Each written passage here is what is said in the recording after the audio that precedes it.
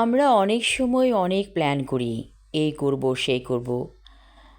আমরা কিন্তু জানি না যে আমাদের জন্মের 50,000 বছর আগে আমাদের সমস্ত প্ল্যান তৈরি করা হয়ে গিয়েছিল। অথচ আমরা শুধু শুধু টেনশন করি কী হবে কী হবে, আর নানা রকম প্ল্যান করি। প্ল্যান যিনি করে রেখেছেন তিনিই সব দেখবেন, আমরা কেন চিন্তা করব? এই অহেতুক অমূলক চিন্তা করে করে আমরা নিজেদের জীবনকে বিষিয়ে তুলি এবং আমাদের আশেপাশে যারা আছে তাদের জীবনকেও বিষিয়ে তুলি। কারণ আপনি সারাক্ষণ সমস্যার কথা বলছেন, সমস্যা নিয়ে ভাবছেন। কেন ভাববেন? আপনার তো কোনো সমস্যা নেই। আপনার যা কিছু সমস্যা সব তো তিনিই দেখবেন।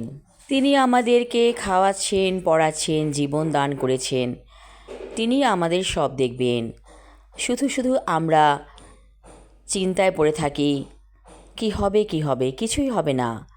আপনার কপালে যা লেখা হয়ে গেছে 50 বছর আগে সেটাই হবে। তাই এর সম্পদ কেড়ে নিব, তার সম্পদ কেড়ে নিব, এসব আর ভাববেন না। কারণ আপনার জন্য যা বরাদ্দ আছে সেটা আপনি পাবেন।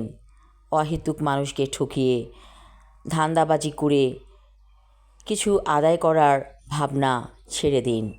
কারণ আপনার জন্য বড় রকমের পুরস্কার তিনিই রেখেছেন। এই যে সুস্থ শরীর, এই শরীরটা আপনি পেয়েছেন। কয়জনে এই শরীর পায়? হাসপাতালে যেয়ে দেখেন কত মানুষ রোগের যন্ত্রণায় কষ্ট পাচ্ছে। আপনি ভালো আছেন, তৃপ্তি করে ভাত খাচ্ছেন। অনেকের ভাগ্যে ভাত জোটে না, যদিও তার অঢেল সম্পদ আছে।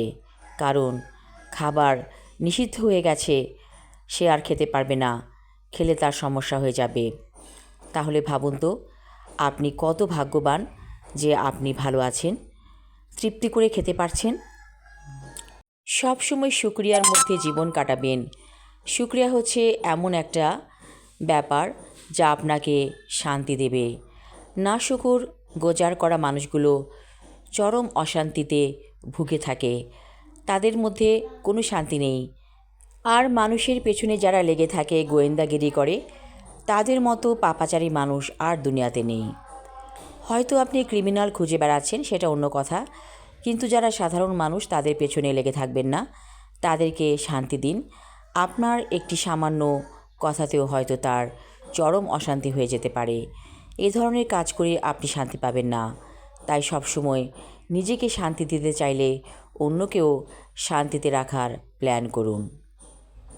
সবাই ভালো থাকুন, সুস্থ থাকুন। ধন্যবাদ।